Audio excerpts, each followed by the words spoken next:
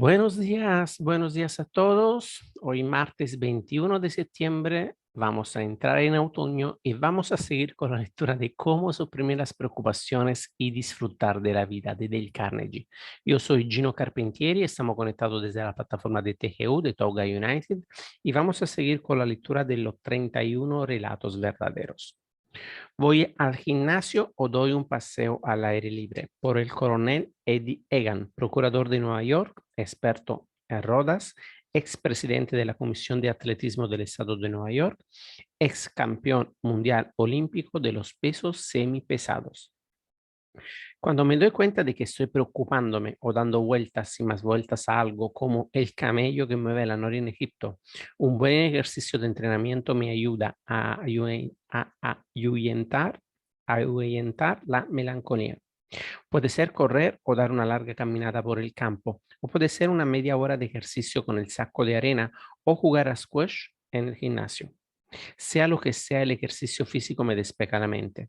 El fin de semana hago mucho deporte, como una carrera alrededor del campo de golf, una partida de tenis o un fin de semana esquiando en las Adirondacks. Cansarme físicamente me alivia de los problemas legales, de modo que cuando vuelvo a ellos lo hago con nuevas fuerzas e ímpetus renovados. Con mucha frecuencia en Nueva York, donde trabajo, tengo la oportunidad de pasar una hora en el gimnasio del Yale Club. Nadie puede preocuparse mientras juega squash o esquía. Tiene demasiado que hacer para preocuparse. Las enormes montañas mentales de las preocupaciones se convierten en granito de arena que las nuevas ideas y acciones allanan rápidamente. Creo que el mejor antídoto contra la preocupación es el ejercicio. Use más sus músculos y menos su cerebro cuando está preocupado y se asombrará de los resultados. En mí, el sistema funciona a las mil maravillas. La preocupación se va cuando el ejercicio empieza. Yo era la triste figura de la Escuela Técnica de Virginia por Jim Birsal. Hace 17 años, cuando estaba en la Escuela Militar de Blacksburg, Virginia, era conocido como la triste figura del Virginia Tech. Me preocupaba tanto que con frecuencia caía enfermo. Tenía siempre una cama reservada para mí en la enfermería. Cuando la enfermera me veía llegar, se apresuraba a ponerme una inyección. Me preocupaba por todo. A veces hasta me olvidaba de qué era lo que me preocupaba. Temía que me expulsaran de la escuela debido a mis notas. Había suspendido mis exámenes de físicas y otras asignaturas. Sabía que tenía que mantener una nota media entre 75 y 84 sobre 100. Me preocupaba por mi salud, por mis dolorosos ataques de indigestión aguda, por mi insomnio, por cuestiones financieras. Me preocupaba por la imposibilidad de comprarle bombones a mi novia o de llevarla al cine tan a menudo como habría querido. Temía que ella acabara casándose con otro de los cadetes. Me pasaba día y noche hundido en una docena de problemas intangibles. Desesperado les puse mi caso al profesor Duke Baird, catedrático de gestión de empresas en el Politécnico de Virginia. Los 15 minutos que pasé con él hicieron más por mi salud y felicidad que el resto de los 4 años que pasé en la escuela. Jim me dijo, tienes que serenarte y enfrentarte a los hechos. Si dedicaras a resolver tus problemas la mitad del tiempo y energía que te dedicas a preocuparte por ellos, no tendría nada de qué preocuparte. La preocupación es un hábito nefasto que has adquirido. Me dio 3 reglas para acabar con el hábito. Me dijo, regla número 1, averiguar exactamente cuál es el problema que nos preocupa. Regla número 2, averiguar la causa del problema.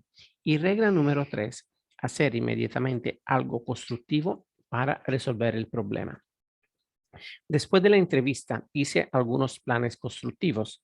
En lugar de preocuparme por haber suspendido en física, me pregunté por qué había suspendido. Sabía que no se debía a que fuera estúpido porque era editor jefe del de Virginia Tech Engineer. Llegué a la conclusión de que había suspendido porque no me interesaba nada la asignatura. No me había aplicado porque no veía en que podía ayudarme en mi trabajo como ingeniero industrial. Pero ahora cambié de actitud. Me dije a mí mismo, si las autoridades de la escuela exigen que apruebe el examen de física antes de darme el título, ¿quién soy yo para discutir sus conocimientos? Así pues, volví a matricularme en física y esta vez aprobé porque en lugar de perder tiempo lamentándome y preocuparme por lo difícil y preocupándome por lo difícil de la asignatura, estudié con constancia. Resolví mis problemas financieros cogiendo trabajos adicionales como vender ponche en los bailes de la escuela y pidiendo dinero prestado a mi padre, el cual pagué poco después de graduarme. Resolví mis preocupaciones amorosas pidiendo a la chica que temía que se casara con otro, que se casara conmigo. Es ahora la señora de Jim Birsal. Al recordar ahora todo aquello, comprendo que mi problema era la confusión, la renuncia a averiguar las causas de mis preocupaciones y enfrentarme a ellas de forma realista. Jim Birsal aprendió a dejar de preocuparse porque analizó sus problemas. En realidad, utilizó los mismos principios que se describen en el capítulo Cómo analizar y resolver los problemas de preocupación. He vivido de acuerdo con un versículo por el doctor Joseph Siso, presidente del Seminario Teológico de Nueva Brunswick, Nueva Jersey, el más antiguo de los Estados Unidos, fundado en 1784. Hace años, en un día de incertidumbre y desilusión, cuando toda mi vida parecía arrasada por fuerzas más allá de mi control, una mañana abrí casualmente mi Nuevo Testamento y me tropecé con este versículo. Quien me ha enviado está conmigo. El Padre no me abandonará. Mi vida ya no fue la misma desde entonces. Todo cambió de forma definitiva. Creo que no hay día en que no haya repetido esas palabras. A todos los que han acudido en mí en busca de consejo durante estos años, los he despedido con esta frase reconfortadora. Desde el momento en que mi mirada cayó sobre ese versículo, he vivido de acuerdo con él, he caminado con él y en él he encontrado paz y fortaleza. Para mí es la esencia de la religión. Se encuentra en lo más profundo de todo lo que hace que valga la pena vivir la vida. Es el texto áureo de mi existencia. Voy a repetirlo. Quien me ha enviado está conmigo. El Padre no me abandonará. Toqué fondo y sobreviví por Ted Eriksen. Hubo un tiempo en que me devoraban las preocupaciones, pero eso se acabó. Durante el verano de 1942, tuve una experiencia que borró las preocupaciones de mi vida para siempre. Espero. Aquella experiencia me hizo ver que, en comparación, cualquier otro problema era insignificante. Hacía años que deseaba pasar un verano en un barco pesquero comercial en Alaska, así que en 1942 me alisté en un pequeño barco dedicado a la pesca del salmón que zarpaba de Kodiak, Alaska. En barcos de ese tamaño hay una tripulación de 3 hombres, el capitán, que hace las veces de supervisor, un segundo que ayuda al capitán y un hombre para todo, que por lo general es escandinavo. Yo soy escandinavo. Puesto que la pesca con salmonera se hace de acuerdo con las mareas, a menudo trabajaba 20 horas al día. Durante una semana mantuve ese horario. Hacía lo que nadie más quería hacer. Fregaba el barco, me ocupaba del aparejo, cocinaba en un fogón a leña y en una cabina muy pequeña donde el calor y los gases del motor me ponían enfermo, fregaba los platos, reparaba el barco, transportaba los salmones a una lancha que los llevaba a una fábrica de conservas. Tenía siempre los pies mojados dentro de las botas de goma, llenas de agua. No tenía tiempo de vaciarla. Pero todo eso era un juego comparado con el trabajo principal que consistía en tirar de lo que se llama la línea de corcho. Esa operación significa firmar los pies en la popa del barco y tirar de las líneas para subir la red. Al menos eso es lo que se supone que debe hacer uno. Pero la red era tan pesada que por más que tirara de ella no se movía. Lo que de verdad sucedía era que al tratar de subir la red, empujaba el barco hacia ella. Lo empujaba con mis propias fuerzas, ya que la red no se movía. Lo hice una semana tras otras y casi acabó conmigo. Me dolía todo, me dolía horriblemente y siguió doliéndome durante meses. Cuando finalmente tenía ocasión de descansar, dormía echado en un jergón húmedo sobre el cajón de las provisiones. Acomodaba una de las protuberancias del jergón bajo la parte de mi espalda, que más me dolía, y dormía como si me hubieran drogado. Estaba drogado con el agotamiento total.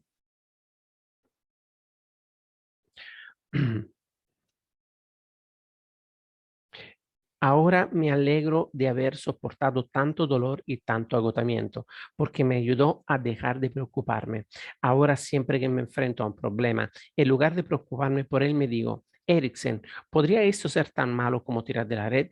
Y Eriksen responde invariablemente, no, nada podría ser tan malo. Entonces me animo y me enfrento al problema con coraje. Creo que de vez en cuando es útil sobrellevar una experiencia muy penosa. Es bueno saber que hemos tocado fondo y hemos sobrevivido. Eso hace que todos nuestros problemas diarios parezcan fáciles por comparación. En una época fui uno de los mayores tontos del mundo, por Percy Whiting, autor de Las 5 grandes reglas para la venta. He muerto más veces de más enfermedades diferentes que cualquier otro hombre, vivo, muerto o medio muerto. No era un hipocondríaco común. Mi padre era dueño de una farmacia y yo me crié prácticamente en ella. Todos los días hablaba con médicos y enfermeras, de manera que llegué a conocer los nombres y síntomas de las peores enfermedades desconocidas por la generalidad de los hombres. No era un hipocondríaco común, tenía síntomas.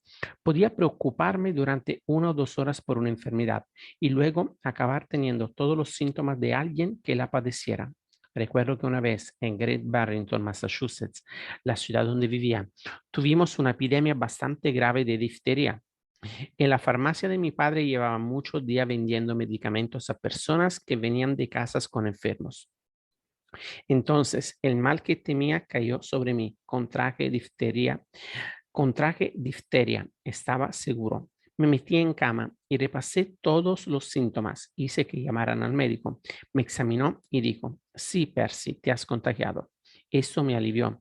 Nunca me asustaba una enfermedad cuando la tenía, de forma que me di la vuelta y me dormí. A la mañana siguiente estaba perfectamente sano.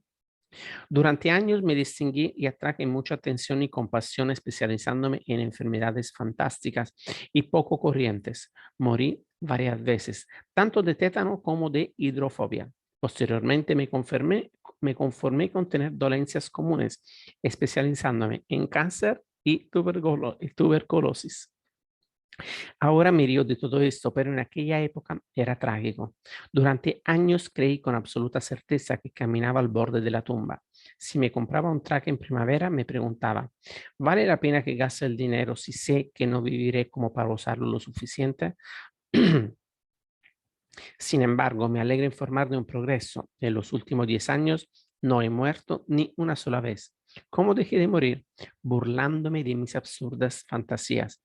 Cada vez que notaba que aparecían los horribles síntomas, me reía de mí mismo y decía, veamos, Whiting, te has estado muriendo de una enfermedad fatal tras otra durante 20 años y sin embargo, hoy goza de perfecta salud. La compañía de seguro te ha renovado la póliza. No ha llegado el momento, Whiting, de que te mires y te rías de lo tonto que eres. Y pronto descubrí que no podía preocuparme y reír de mí mismo al mismo tiempo. De modo que a partir de aquel momento no he parado de reírme de mí mismo. Lo importante es esto, no se tome demasiado en serio. Trate de reírse de alguna de sus preocupaciones más absurdas y compruebe si puede borrarla de su existencia con la risa. Siempre he procurado mantener abierta mi vía de abastecimiento por Gene Autry, el cowboy cantante más famoso y querido en todo el mundo. Supongo que la mayor parte de las preocupaciones se relacionan con la familia y el dinero. Yo tuve la fortuna de casarme con una muchacha de un pueblo de Oklahoma que procedía del mismo ambiente que yo y a quien le gustaban las mismas cosas. Ambos procurábamos seguir la regla áurea de modo que hemos reducido al mínimo nuestros problemas familiares. He logrado mantener a un nivel mínimo mis preocupaciones financieras haciendo dos cosas. En primer término, siempre he seguido una norma de integridad absoluta. Cuando pedía dinero prestado, siempre devolvía hasta el último penique. Pocas cosas causan más preocupación que la falta de honradez. En segundo término, cuando iniciaba un nuevo proyecto, siempre me aseguraba de contar con reservas.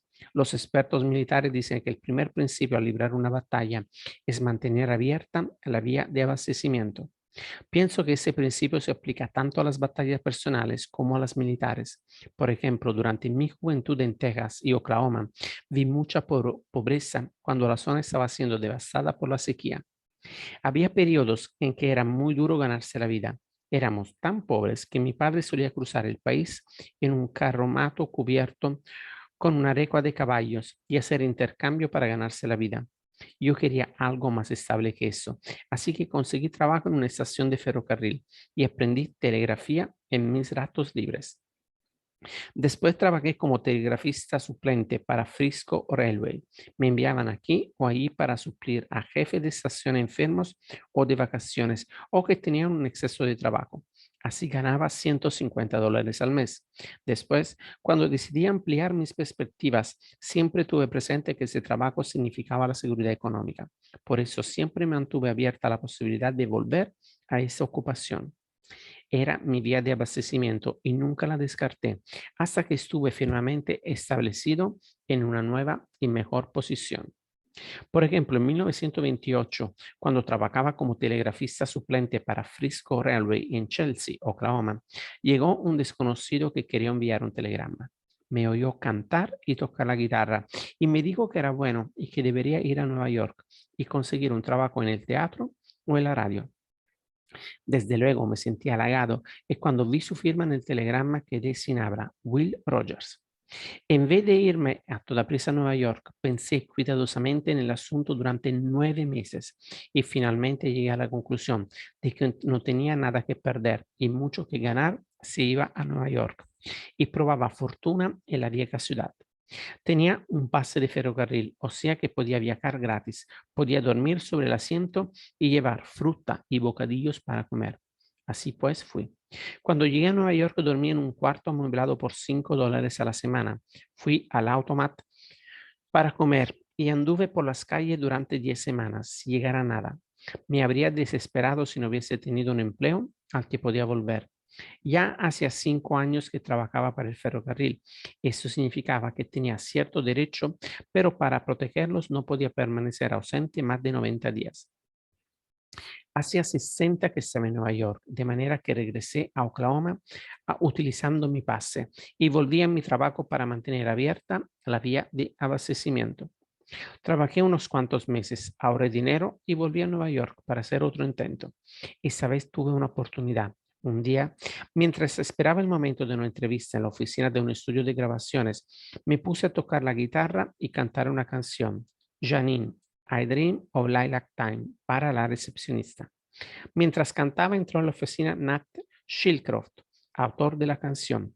Naturalmente, le gustó oír que alguien cantaba su canción y me dio una nota de presentación para la Victor Recording Company. Grabé un disco. No canté bien, demasiado rígido y afectado, así que seguí el consejo del hombre de Victor Recording y regresé a Tulsa. Trabajaba para el ferrocarril durante el día y por la noche cantaba canciones de cowboy en la emisora local. Me gustaba ese arreglo. Significaba que mantenía abierta mi vía de abastecimiento, o sea, que no tenía preocupaciones.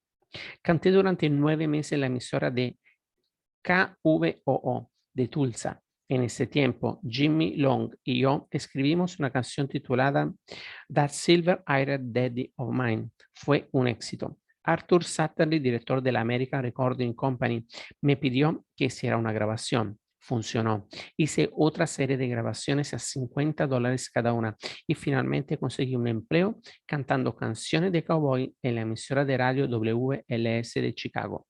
Salario $40 a la semana. Después de cantar allí durante 4 años, me aumentaron el sueldo a $90 a la semana y ganaba otros 300 tocando cada noche ante el público en los teatros. Entonces, en 1934 se me presentó una oportunidad que me abrió enormes posibilidades. Se formó una liga de la docencia para sanear las películas. Los productores de Hollywood decidieron hacer películas de cowboy, pero querían un nuevo tipo de cowboy que supiera cantar. El hombre que estaba al frente de la American Recording Company también era dueño de una parte de Republic Pictures. Si quieren un cowboy cantante, les digo a su socio, tengo uno que graba disco para nosotros. Así fue como entré en el cine. Empecé haciendo películas como cowboy cantante por $100 a la semana. Tenía serias dudas en cuanto a mi éxito en el cine, pero no me preocupaba. Sabía que podía volver a mi antiguo empleo. Mi éxito en el cine superó todas mis expectativas. Ahora gano $100,000 al año, más más la mitad de lo que producen mis películas. Sin embargo, sé que eso no durará para siempre, pero no me preocupo. Sé que pase lo que pase, incluso si pierda hasta mi último dólar, siempre puedo volver a Oklahoma y conseguir empleo en la Frisco Railway. He protegido mi vía de abastecimiento. Oí una voz en la India por Stanley Jones, uno de los oradores más dinámicos de los Estados Unidos y el misionero más famoso de su generación. He consagrado 40 años de mi vida a mi labor como misionero en la India. Al principio, me resultó difícil soportar el terrible calor, además de la tensión nerviosa de la enorme tarea que tenía frente a mí. Al cabo de 8 años, la fatiga mental y el agotamiento nervioso eran de tal gravedad que sufrí no uno, sino varios colapsos. Me ordenaron que tomara un año de permiso en los Estados Unidos. En el barco en el que regresaba a casa, tuve otro colapso mientras hablaba en un servicio dominical y el médico de a bordo me obligó a guardar cama durante el resto del viaje. Tras un descanso de un año en los Estados Unidos, inicié la vuelta a la India, pero me detuve en el camino para organizar reuniones evangelistas entre los estudiantes universitarios de Manila. En medio de la tensión de esas reuniones, tuve varios colapsos. Los médicos me advirtieron que si volvía a la India, moriría. A pesar de sus advertencias, seguí mi viaje, aunque con una nube cada vez más negra sobre mi cabeza. Cuando llegué a Bombay, estaba tan agotado que fui directamente a las colinas y descansé durante varios meses. Luego bajé a los llanos a continuar con mi trabajo. Fue inútil. Tuve otro colapso y me vi obligado a regresar a las colinas para otro largo periodo de descanso. De nuevo descendí a los llanos y de nuevo descubrí con gran conmoción y desánimo que no podía aguantarlo. Estaba exhausto mental, nerviosa y físicamente. Había agotado totalmente mis recursos. Temía ser una ruina física para el resto de mi vida. Comprendí que si no lograba ayuda de donde fuera, tendría que abandonar mi trabajo como misionero, volver a los Estados Unidos y trabajar en una granja para procurar recuperar la salud. Fue uno de mis momentos más sombríos. Por entonces estaba llevando a cabo una serie de reuniones en Lucknow. Una noche, mientras rezaba, sucedió algo que cambió por completo mi vida. Mientras rezaba, y yo estaba pensando especialmente en mí mismo en aquel momento, me pareció que una voz me decía, ¿estás tú mismo preparado para la tarea para la que te he llamado?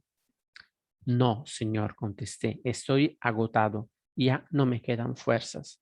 La voz replicó, si lo dejas a mi cuidado y no te preocupas más, yo me haré cargo de este problema. Señor, respondí de inmediato, cierro el trato ahora mismo.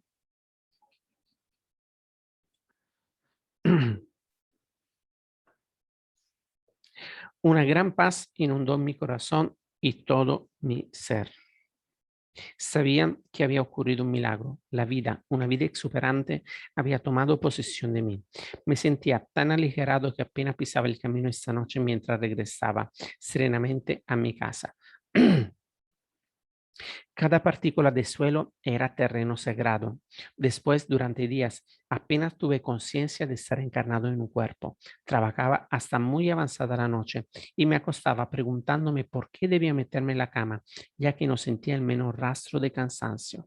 Me sentía poseído por la vida, la paz y el descanso, y Cristo mismo. Entonces me pregunté si debía contar todo eso. Me resistía, pero sentía que debía hacerlo y lo hice. Después fue, después fue nadar o hundirme delante de todo el mundo. Desde entonces han pasado más de los 20 años más arduos de mi vida, pero los viejos problemas no han vuelto a reaparecer.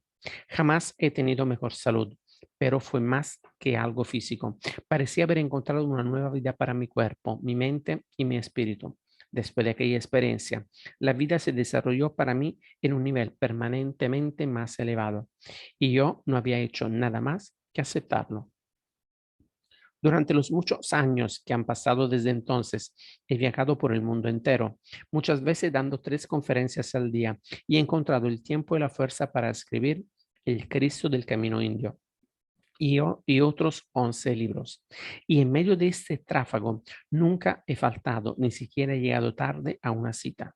Las preocupaciones que una vez me acosaron se han esfumado y ahora, a los 73 años, desbordo de vitalidad y me inunda la alegría de servir a los demás y vivir para ellos. Supongo que la transformación física y mental que he experimentado podría analizarse y explicarse psicológicamente. No importa. La vida es más grande que los procesos y los desborda y los empequeñece. Solo sé una cosa. Mi vida se elevó y transformó completamente aquella noche en Lucknow, hace 31 años, cuando en lo más profundo de mi debilidad y depresión, una voz me dijo, si lo dejas a mi cuidado y no te preocupas más, yo me haré cargo de este problema. Y yo contesté, Señor, cierro el trato ahora mismo. Cuando el ejecutor llamó a mi puerta por Homer Croy. El momento más amargo de mi vida ocurrió un día cuando el ejecutor entró en mi casa por la puerta principal y yo salí por la puerta trasera. Había perdido mi casa en el número 10 de Standish Road, Forest Hill, Long Island, donde habían nacido mis hijos y yo había vivido con mi familia durante 18 años. Jamás había pensado que podría sucederme una cosa así. 12 años antes me creía en la cumbre del mundo. Había vendido los derechos cinematográficos de mi novela, West of the Water Tower, por uno de los precios más altos de Hollywood. Viví 2 años en el extranjero con mi familia. Pasábamos los veranos en Suiza y los inviernos en la Riviera Francesa, como los ricos ociosos. Pasé 6 meses en París y escribí una novela titulada They Had to See Paris. Will Rogers aparecía en la versión cinematográfica. Era su primera película hablada. Me hicieron tentadoras ofertas para que me quedara en Hollywood y escribiera varias películas para él, pero no lo hice y volví a Nueva York. Y entonces empezaron mis problemas. Poco a poco se me metió en la cabeza que tenía calidades latentes que nunca había desarrollado. Empecé a imaginar que era un sagaz hombre de negocio. Alguien me dijo que John Jacob Astor había ganado millones invirtiéndose en solares vacíos en Nueva York. ¿Quién era Astor? Apenas un mercachifle inmigrante que hablaba con un acento. Si él podía hacerlo, ¿por qué no yo? Me haría rico. Empecé a leer revistas de náutica. Tenía el valor de la ignorancia. No sabía más sobre la compra y venta de bienes raíces que un esquimal sobre horno de petróleo. ¿De dónde iba a sacar el dinero necesario para lanzarme a mi espectacular carrera financiera? Muy sencillo. Hipotequé mi casa y compré algunos de los mejores solares en Forest Hill. Pretendría esos terrenos hasta que alcanzaran un precio fabuloso y luego los vendería y viviría en el lujo. Yo, que nunca había vendido siquiera un terreno del tamaño de un pañuelo, sentía lástima de los desdichados que trabajaban como esclavos en oficina por un magro sueldo.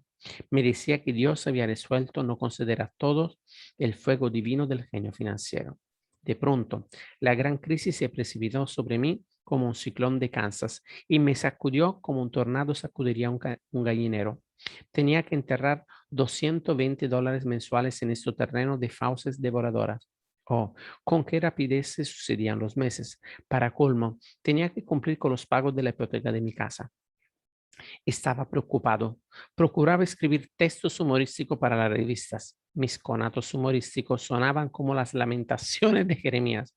Las novelas que escribía era un fracaso. Ya no tenía dinero. No me quedaba nada para empeñar, salvo mi máquina de escribir y los impasses de oro de mis muelas.